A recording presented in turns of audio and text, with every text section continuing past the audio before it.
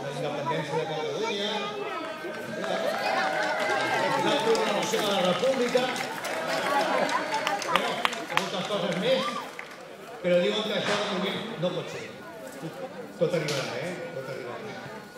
El que sí que farem ara serà llegir-vos el manifest de la Flama del Canigó d'enguany, que ha estat escrita per l'eminent antropòloga i escriptora de la Universitat de Barcelona, Josefina Roma. I diu el següent. Missatge de la Flama del Canigó 2012. El foc és un dels 4 elements essencials per a la humanitat, amb l'aigua, la terra i l'aire. I per això el trobem en els rituals i festes més importants. Però el foc no es dona a l'home, sinó que l'ha de conquerir.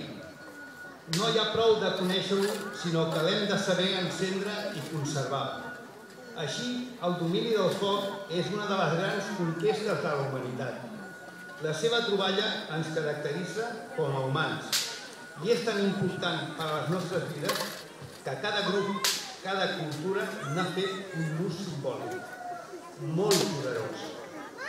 El foc acompanya les nostres festes en la roda de l'any al voltant del sol, de manera que és present en els solsticis i equinoccis com a centre de la festa. També als Països Catalans el foc ritual acompanya el seguiment de l'any amb una solemnitat que assenyala el pas de l'àmbit domèstic a tot l'entorn exterior, de manera gradual i creixent. El foc comença a l'hivern, en els foguerils de les cases, amb la soca o